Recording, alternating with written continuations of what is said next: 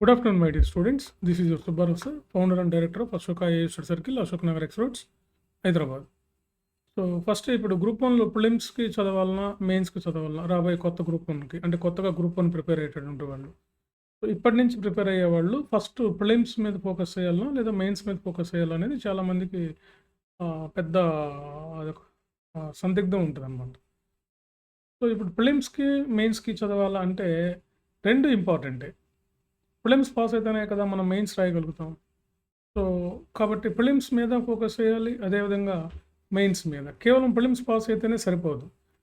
మెయిన్స్లో కూడా మనం బాగా పర్ఫార్మెన్స్ ఇవ్వాలి, మంచిగా రాయాలి, బాగా ఎక్కువ మార్క్స్ తెచ్చుకోవాలి. మెయిన్సే మనకి మెయిన్ కాబట్టి సో మెయిన్స్ అనేది కూడా చాలా ఇంపార్టెంట్. సో ఇప్పుడు ఏంటంటే prelims come mains point of వ్యూలో మీరు చదవాలి. ఇప్పుడు ప్రిలిమ్స్లో ఏ సబ్జెక్టులు ఉన్నాయి, మెయిన్స్లో ఏ సబ్జెక్టులు ఉన్నాయి, ఫస్ట్ సిలబస్ తీసుకుని చూడాలి.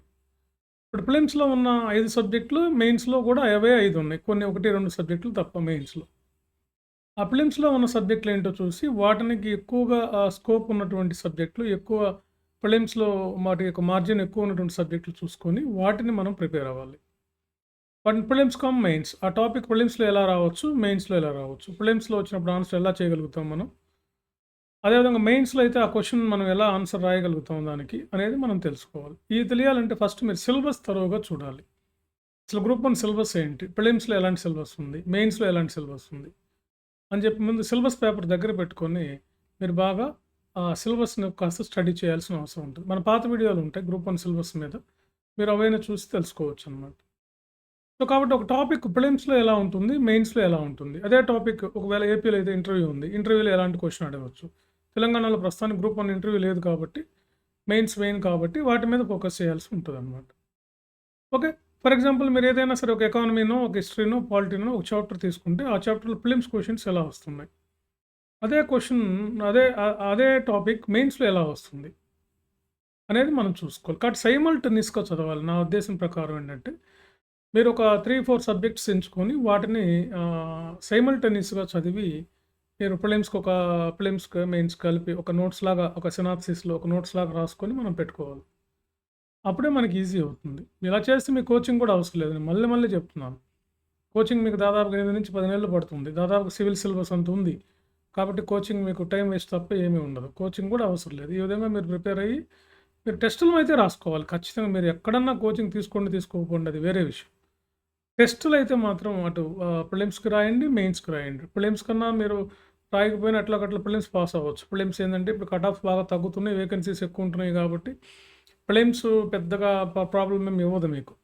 మెయిన్స్ అయితే మాత్రం ఇప్పటి నుంచే టెస్టులు రాయాలి, గుర్తుపెట్టుకోండి. మీరు ఇప్పటి నుంచే రాస్తేనే మీరు అనుకున్నటువంటి ఆ స్క్రీన్ మీద చూస్తున్నారు కదా, ఆర్డీఓ, డిఎస్పీ లాంటి ఉన్నత ఉద్యోగాలు, మీరు మిస్టర్ మధుసూదన్ అండ్ సుభాష్ వీళ్ళు ఒక 25 ఏజ్లోనే వీళ్ళు సెలెక్ట్ అవ్వడం జరిగింది. బిలో 25 ఏజ్లోనే వీళ్ళు సివిల్ సర్వీసెస్కి గ్రూప్ వన్కి సెలెక్ట్ అవ్వడం జరిగింది. సో మీరు అలా టెస్ట్ సిరీస్ రాయటం అనేది మీకు ఉండాలన్నమాట. మెయిన్స్ టెస్ట్ సిరీస్ అనేది ముఖ్యం. ఎందుకంటే రైటింగ్ స్కిల్స్ ఉండాలి, మీ ఆన్సర్ ఎవల్యూషన్, స్ట్రక్చరల్ ఆన్సర్ ఉండాలి, మీ ఆన్సర్ కన్స్ట్రక్టివ్గా ఉండాలి, మీ ఆన్సర్ చాలా వ్యాలిడ్ పాయింట్లతో కలిగి ఉండాలి. అది ఎట్లా రాయాలి అంటే మామూలు అకాడమిక్ ఇయర్లో రాసేది వేరు, అకాడమిక్ ఇయర్లో ఇక్కడ రాసేది వేరు. ఇవన్నీ రావాలంటే ఇప్పటి నుంచి మీరు స్టార్ట్ చేయాలి. ఇలా కష్టపడటం వల్ల మీకు నష్టమేం లేదు. ఖచ్చితంగా గ్రూప్ వన్లో సక్సెస్ అవుతారు. గ్రూప్ వన్ లాంటి ఉన్నత ఉద్యోగం, రాష్ట్రంలోనే అత్యున్నతమైన ఉద్యోగం ఏదైనా ఉందంటే అది గ్రూప్ వన్. దాని కింద మీకు తెలిసినవి RDO, DSP, CTO, municipal commissioner, registrar, sub register, excise DSP లాంటి చాలా ఉన్నతమైనటువంటి టాప్ మోస్ట్ లేయర్ ఉన్నటువంటి ఆ పోస్టులన్నీ కూడా మనకి గ్రూప్ వన్ క్యాడర్ కింద ఉంటాయన్నమాట. సో గ్రూప్ వన్ క్యాడర్ అనేది ఒక ప్రత్యేకమైనటువంటి సర్వీస్, అది ఒక అత్యున్నతమైన సర్వీస్. ఈ సర్వీస్కి మనం ఎంపిక కావాలంటే మన ప్రిపరేషన్ ఇప్పటి నుంచి ఇలా ఉండాలి. నథింగ్ బట్ ఐఏఎస్ అండి. మీకు ఎక్కడో ఐఏఎస్ వచ్చే కన్నా మన రాష్ట్రంలో ఆర్డీఓ రావటం, ఎక్కడో మీరు ఐపీఎస్ చేసే కన్నా మన రాష్ట్రంలో డిప్యూటీ సూపరింటెండెంట్ ఆఫ్ పోలీస్ అంటే డిఎస్పీగా చేయటం అనేది గ్రేట్ అనమాట. దానికన్నా కూడా చాలా గ్రేట్గా ఉంటుంది. మీకు ఈక్వలెంట్గా ఉంటుంది అనమాట. మీకు చాలా బాగుంటాయి మన గ్రూప్ వన్లో. మీరు పెద్ద మినిస్ట్రీల్లో కూడా వర్క్ చేయొచ్చు. మీరు పిఎల్గా, వైఎస్టీలుగా కూడా మీరు వర్క్ చేయడానికి అవకాశం ఉన్నటువంటిది ఈ గ్రూప్ వన్ పోస్ట్. సో మీరు ఎక్కడ ఉంటే అక్కడ ఇంటి దగ్గర కూర్చొని మీరు సిలబస్ మా దగ్గర ఏంటంటే మా మెంటర్షిప్లో, మా టెస్ట్ సిరీస్ కమ్ మెంటర్షిప్ దాంట్లో మేము ఏంటంటే మీకు ఒక షెడ్యూల్ ఇస్తాం, మీకు ఒక షెడ్యూల్ పంపిస్తాం. ఆ షెడ్యూల్ ప్రకారం మీరు వీక్లీ ఏం చదవాలనేది అందులో ఉంటుంది.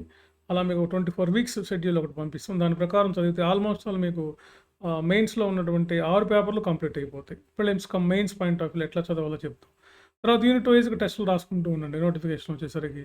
అటు ఇప్పుడు ప్రిలిమ్స్ పాస్ అవ్వాలంటే మెయిన్స్‌లో మీద క్లారిటీగా ఉంటే మీకు ప్రిలిమ్స్ ఈజీగా క్వాలిఫై అయిపోతారు. ఎందుకంటే ఫ్యాక్ట్స్ వస్తాయి, కొన్ని కాన్సెప్చువల్ క్వెషన్స్ వస్తాయి.